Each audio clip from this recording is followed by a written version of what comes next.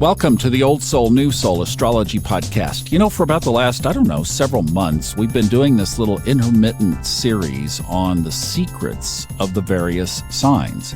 Well, we rounded the corner halfway with Virgo last time, and so this time we're going to talk about Libra and its secrets.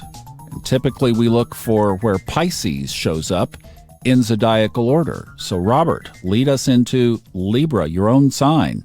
What are you keeping secret from us? Well, of course, I'm talking about every other Libra except myself. Okay. Wait a minute. Yeah. Okay, few extra questions already on this one.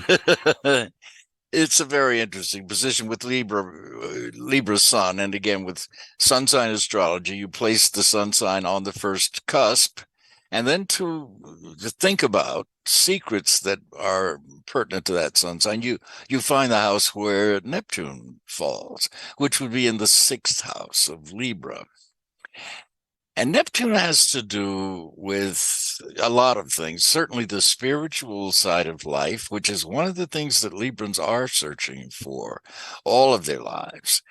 And if they can find that fairly early, then it begins to grow and expand. But the other thing, it's a double sign, Pisces.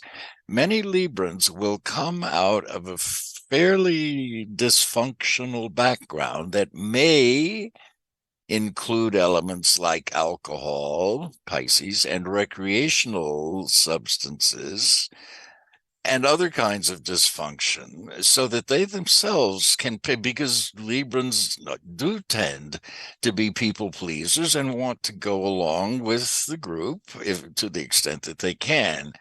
So if they themselves are prone to, let's say, have alcohol or escapist tendencies, which Librans do have, Librans generally live a lot in their imaginations. And yes, it's a sign that is notoriously lazy until it finds something it loves, and then it's anything but lazy. It can go for 24, 48 hours straight if it's working on something that it loves. But Librans do like to live as comfortable and, stress-free a life as they can get by with. So it's a process in their lives of learning what it is they love to do, and finding the right career is one of the challenges with Libra's secret, that they early on, or maybe they know early on what they want to do, but they don't think it's practical, so they don't follow it. Instead, they listen to other people again, their parents or their community, and they try and go into a career that meets with everybody else's approval and that's respectable, when maybe they really wanted to run off with the circus and would have been a lot happier if they did. But it's that finding their work groove. And second of all, Librans tend not to want to have to work any harder than is necessary, except, again, with that rule, Saturn's exalted in Libra. So once Libra finds a career that really absorbs its identity and gives an outlet for Libra's creativity as a rule, but their career ambitions, then they're fine. But those two things, the tendency to kind of seek the easy solution to things, that's all tied up with drug and alcohol use, incidentally, which have to do with the lack of responsibility and escapism and so on.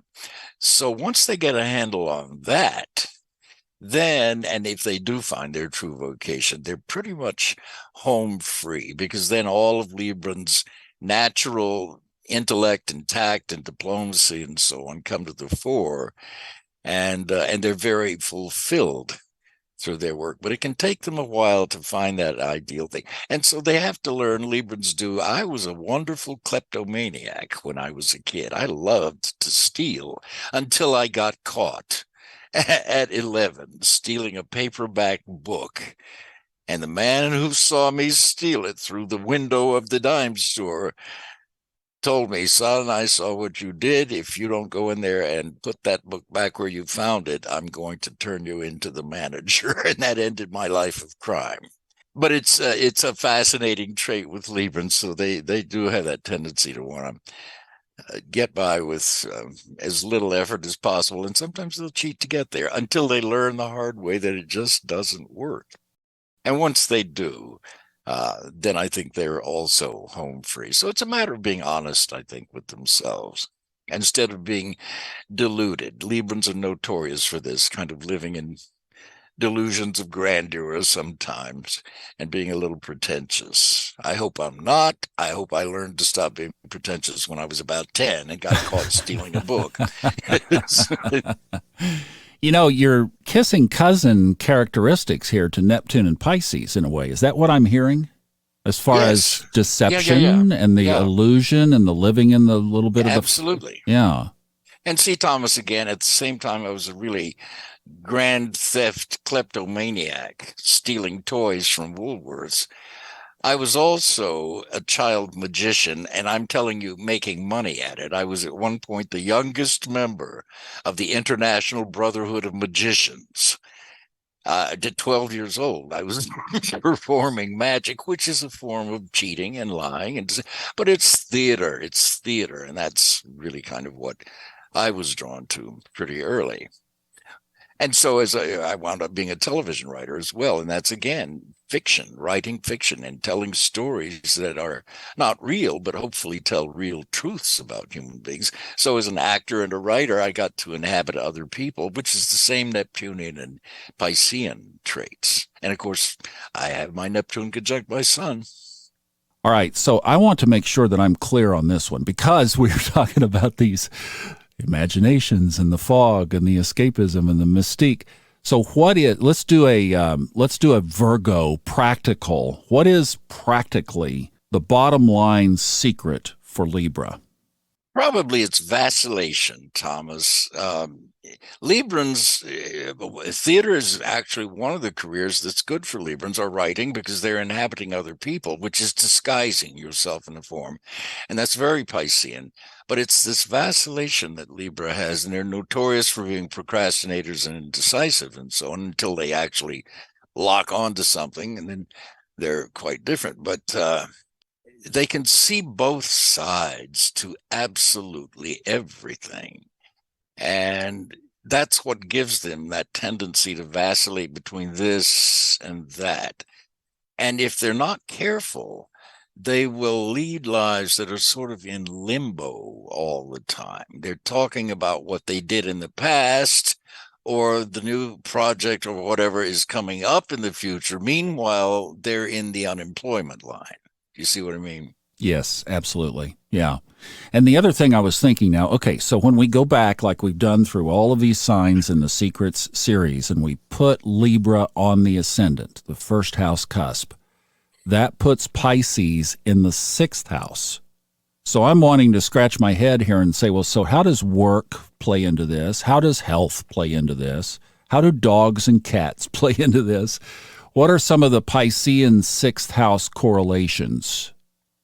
Well, absolutely. Healthcare industries are one that the arts, certainly for any Libra. So all of the arts, music, acting, writing, dance, theater, film, television, the media, are all Piscean traits because you have a persona that you have to wear when you are on camera, let's say. Or if you're an actor, you're putting on another persona. So all of those things are very Piscean. Another whole area, of course, is healthcare, psychology especially for Libras, because it's an intellectual sign. But all forms of healthcare can be of interest to Libra. And another area, there's so many because they tend to be so good with people. So often travel and recreational hospitality industries can be good for them as well. And then finally, spiritual realms, literally becoming priests and ministers or becoming metaphysical teachers or becoming, as I am, an astrologer and so on. Those are also fields that can reflect that Piscean archetype. Then you can get into some of the sciences so that exploring can be one. Archaeology can be another one, which gives them a need to travel very often in connection with their work, which they love to do. So there are a number of careers because to an extent, Libra and Gemini both are somewhat chameleon signs. They do like to fit in, and they generally can fit in with anybody, high or low. But that can also reflect this indecision or this dual life. Librans can also lead a secret life, and many do. They can be married, but they can have a whole separate life that the mate doesn't even know about. So that with Pisces on that, this is one of the things I think Librans have to learn is the question is not, is my mate being faithful to me? Is it, am I being faithful to my mate, or am I thinking about straying elsewhere? So the balance, the scale. Vacillation. Yes, there it is. Exactly. So the balance has a shadow. Well, I'm pretty clear on the difference between balance and vacillation. I can balance pretty well. Vacillation, I think I've pretty much overcome it, but only because of astrology. Because if I start vacillating, all I have to do is think about my chart and the transits, or take a look at it even, and I'm not vacillating anymore. So yeah, I was going to say, so because you know this one well and you've lived it out, you've anviled it pounded it out on the anvil of your life. For a Libran wanting to live into their highest consciousness and into their highest timeline and wanting to overcome the challenges that are reflected in the chart, what's the best advice that you would give them? Saturn is exalted in Libra. And the best advice I could give to a Libra, is one that I gave myself at a very early age, is tell the truth to yourself first.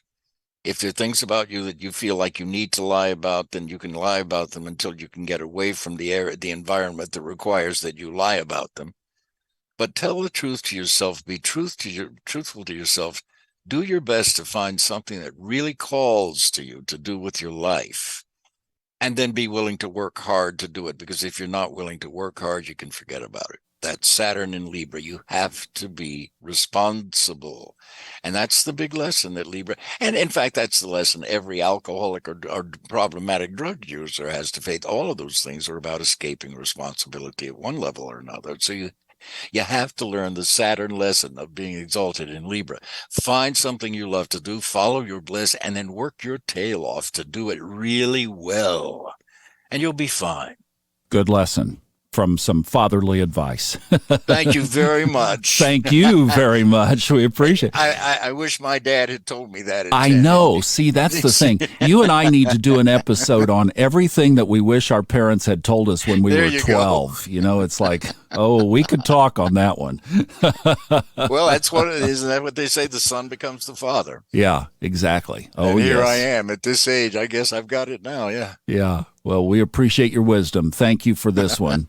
And we get to do mine next. We'll be doing Scorpio in this Secrets series. So thank you very much for joining us. If you want to get a hold of Robert and all the other things we have going on, check out our show notes. That's the repository of all the information of how you can extend past what you've just heard. Thanks so much for listening. We'll see you next time on the Old Soul, New Soul Astrology Podcast with Robert Glasscock.